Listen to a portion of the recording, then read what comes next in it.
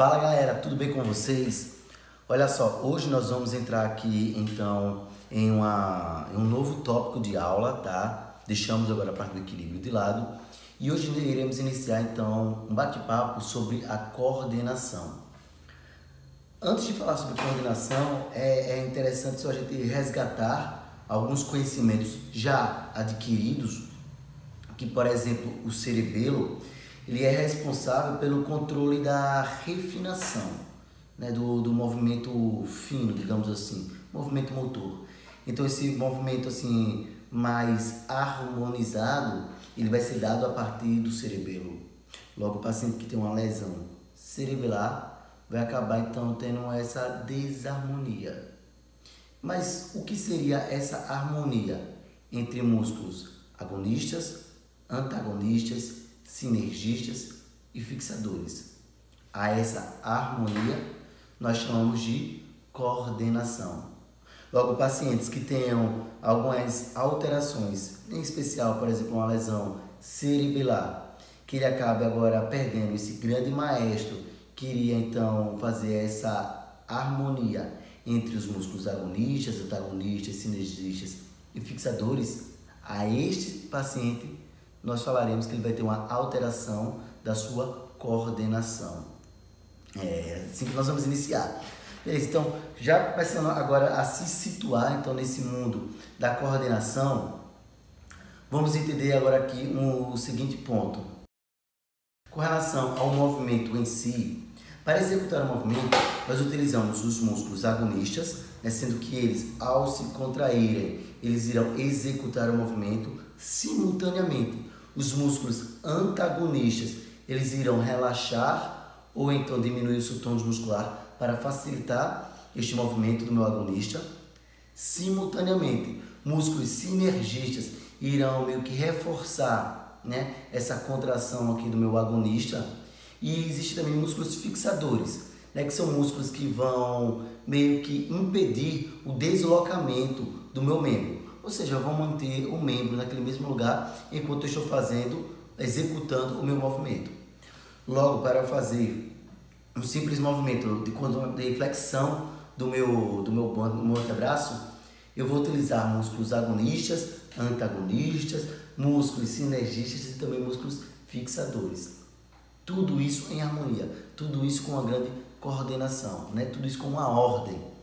Contudo, se esse movimento ele entra em desordem, né? Se eu tenho do grego, nós vamos chamar de ausência, e taxis, né? Que seria ordem, então a ausência de ordem seria uma ataxia. Se eu tenho então um quadro de ataxia, eu tenho então essa desordem, dessa desarmonia entre músculos agonistas, antagonistas. Isso é o que vai configurar então uma alteração do meu paciente na avaliação da coordenação. Nossa, agora está ficando tudo muito mais claro, né? Está ficando tudo mais claro.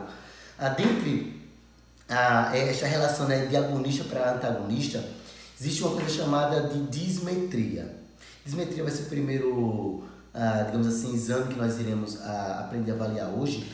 E o exame da dismetria, a primeira coisa, o que é dismetria, né? Dismetria nada mais é que na verdade, a metria, né, é essa capacidade de fazer metragem, né?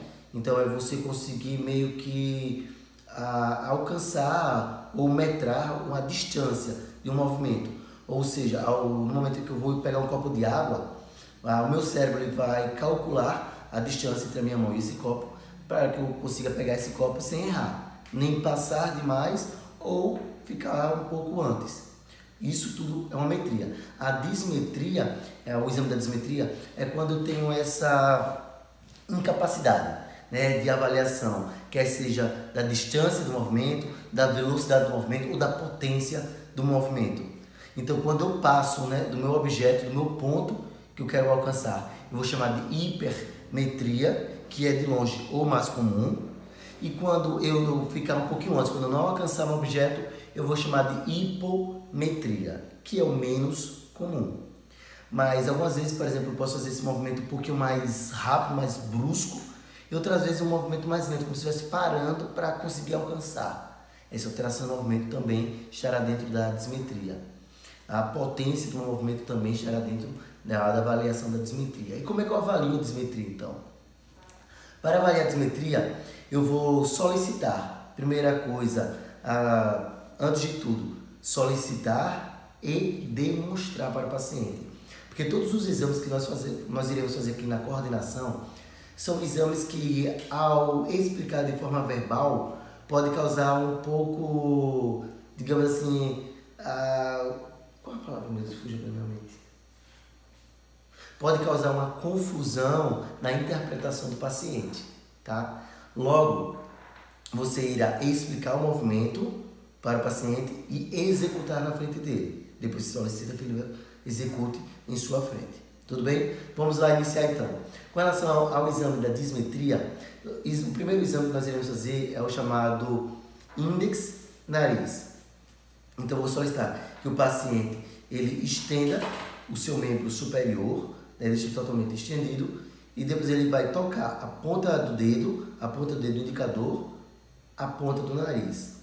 Toca a ponta do dedo, a ponta do nariz.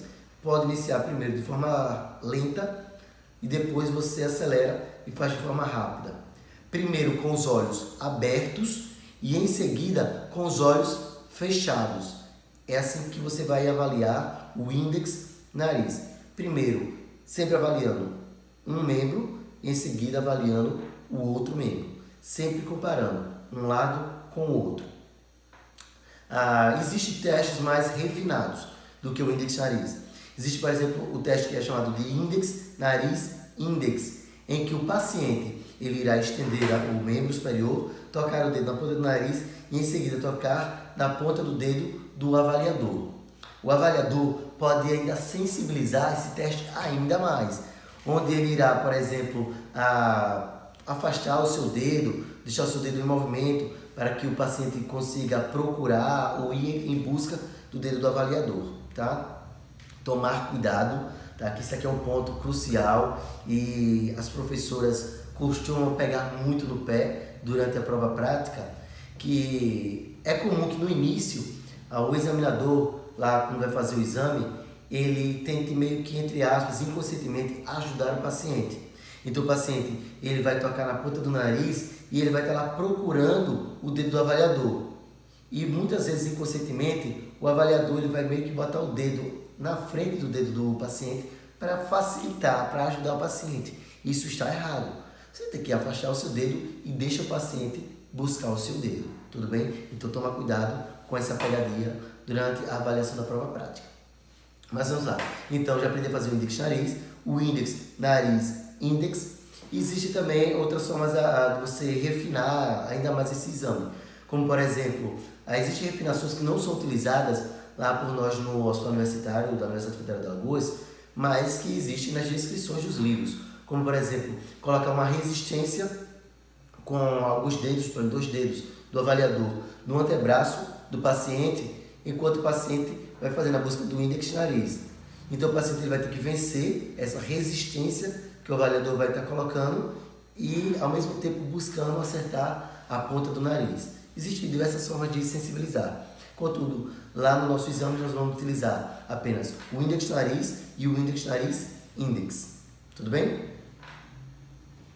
Existem outras formas também de você avaliar a dismetria que na prática é pouco feita, mas que também traz uma boa resposta. Na definição da dismetria, como vai ser então essa incapacidade de realmente da simetria, de alcançar distância dos objetos, você pode desenhar 2 pontos em um papel e pedir para que o paciente, ele com a ponta da caneta, toque em um ponto que está lá no caderno, no papel, e trace uma linha reta até o outro ponto. Um paciente que tem dismetria, ele vai errar já de cara o ponto inicial, ele vai tocar um pouquinho mais à frente, um pouquinho mais atrás, vai errar esse ponto. E quando ele for fazer essa linha reta até o outro ponto, ele não conseguirá fazer uma linha reta, irá fazer uma linha um pouco disforme e muitas vezes ele irá passar do ponto que estava lá desenhado, né, fazendo uma hipermetria. Caso ele pare antes, seria uma hipometria. E esse é um teste que dá para ser feito em qualquer unidade básica de saúde, em qualquer canto do Brasil, qualquer canto do mundo. não precisa de nenhum equipamento muito sofisticado para fazer tais exames. No início, acreditava-se que essa disfunção, né, da dismetria era ocasionada tanto por músculos agonistas quanto por músculos antagonistas. Contudo, mais à frente, estudos por eletroneuromiografia demonstraram que, em verdade, o problema estava apenas nos músculos antagonistas.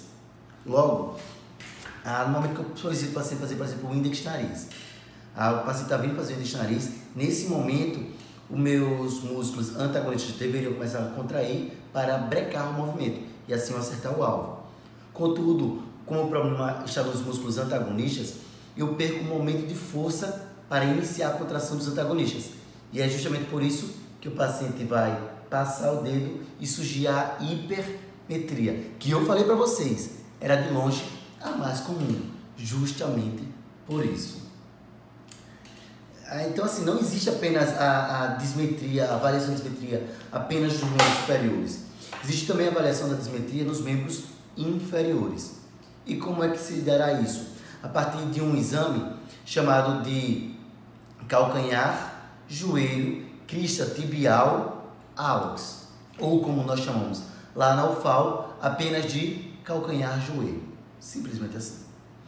Como é que é feito esse exame? Solicita que o paciente ele toque o calcanhar de um membro, por exemplo, sei lá, o calcanhar direito, no joelho esquerdo, né, por, sei lá, 3, 4, 5 vezes, batendo com o calcanhar no joelho.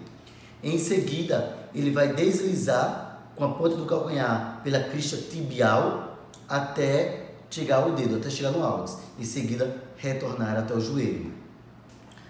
Muitas vezes, claro, vai fazer de um lado e depois do outro, né, com os olhos abertos, os olhos fechados, sempre como é avaliado toda a coordenação. Muitas vezes os alunos acabam esquecendo, né, deste exame e acabam também não sabendo que faz parte da avaliação da coordenação, porque este exame ele é feito deitado e não sentado. E justamente por isso é que muitos alunos, na hora da prova, daquele nervosismo, acabam esquecendo de fazer durante a avaliação da coordenação. E nossa, a banca de neurologia da UFAL sabe disso.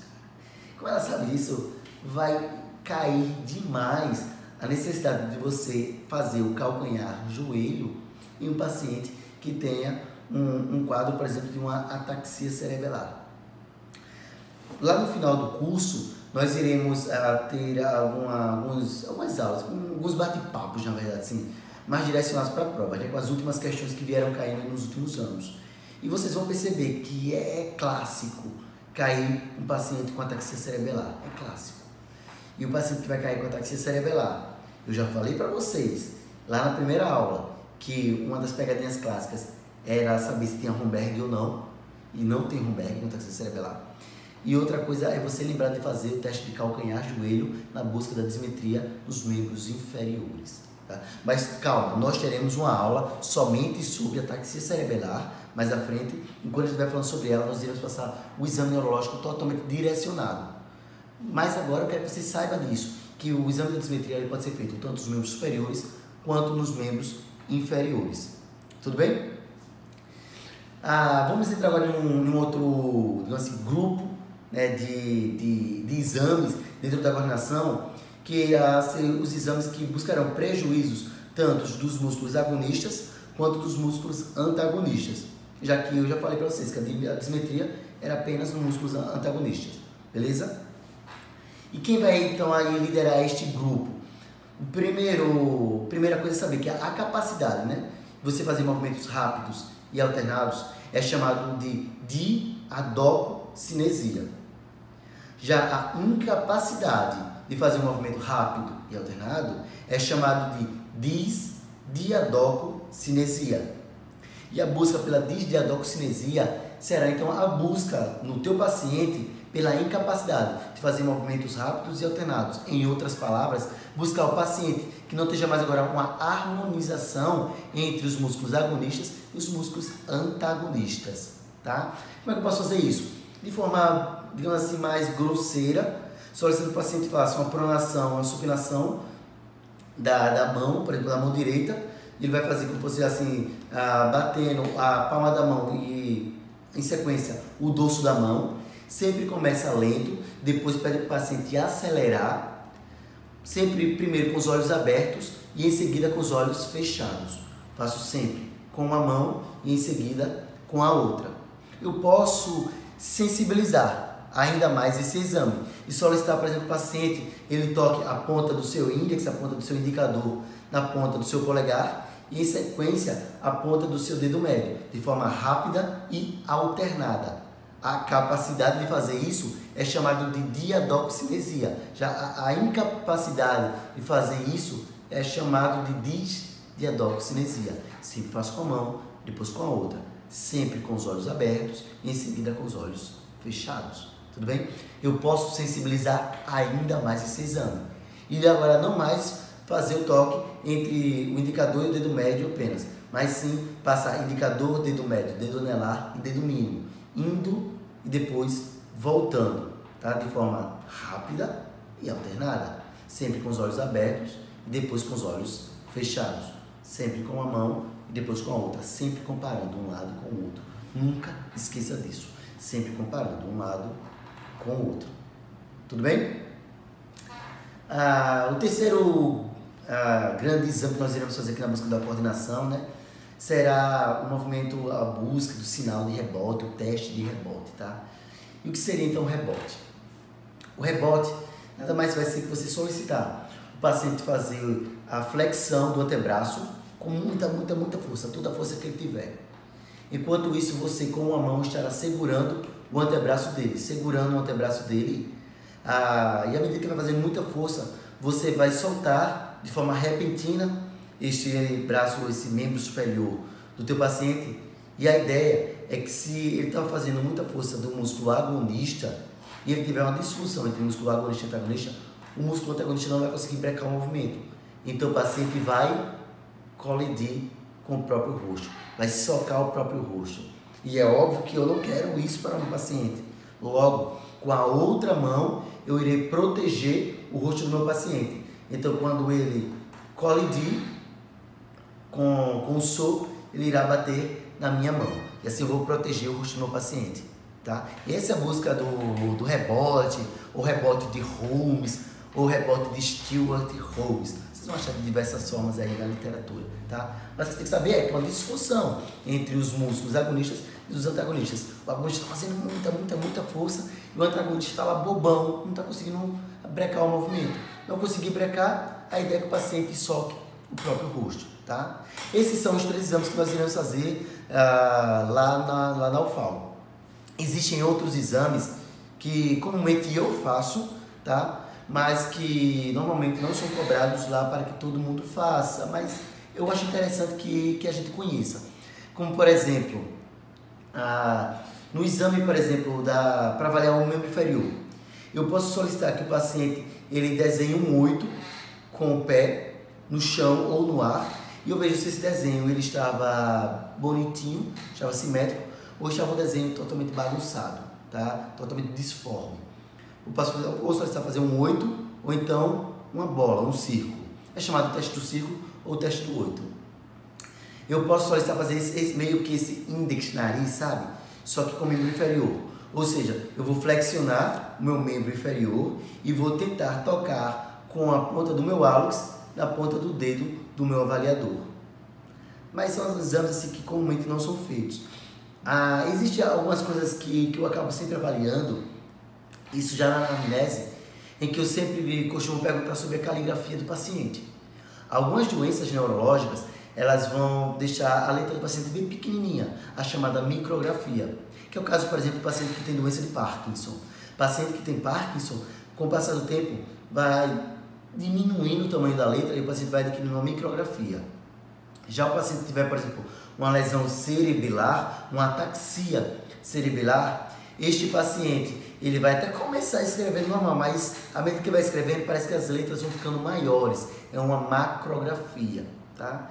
E são coisas que você até pode tentar examinar na hora, ou você questiona antes ao paciente durante a anamnese se a letra dele está mudando. Se ele falar que mudou, aí sim você examina e tenta identificar. Existe também outros exames que assim na prática assim são muito pouco assim, muito pouco, não é muito falado. Na prática são pouco usados, tá? Mas que você pode acabar utilizando para avaliar a coordenação. Lembrando que a coordenação ela é dividida em duas grandes esferas. A coordenação relacionada ao equilíbrio, que é todas as duas aulas anteriores que a gente falou, da marcha, do equilíbrio, da postural, tá? Isso também está relacionado à coordenação volta do equilíbrio. E a coordenação não relacionada ao equilíbrio, que é toda essa aula que nós falamos hoje. Quer seja a parte, então, da dismetria, a parte da disdiadococinesia, lembrando da dismetria, fazer também o calcanhar-joelho e também a busca do sinal do rebote, tá? Galera, por hoje é só. Espero que vocês estejam gostando. Eu agradeço demais pelos feedbacks que vocês estão me dando. Tanto as salas do tipo, o Edson gostando disso, continua. E, não gostei muito disso, tenta fazer diferente. Todo feedback, para mim, eu acho que agrega. Então, pode continuar, estou adorando isso. E a única coisa que eu peço é que vocês realmente, assim, sigam o canal aqui do Neuronal no YouTube. Curta esse vídeo, porque, assim, me ajuda demais a conseguir divulgar esse vídeo para outras pessoas. Afinal, meu único objetivo aqui é propagar conhecimento. E eu queria propagar com o máximo de pessoas possíveis. É isso, galera. Tamo junto. Até a próxima aula. Tchau, tchau.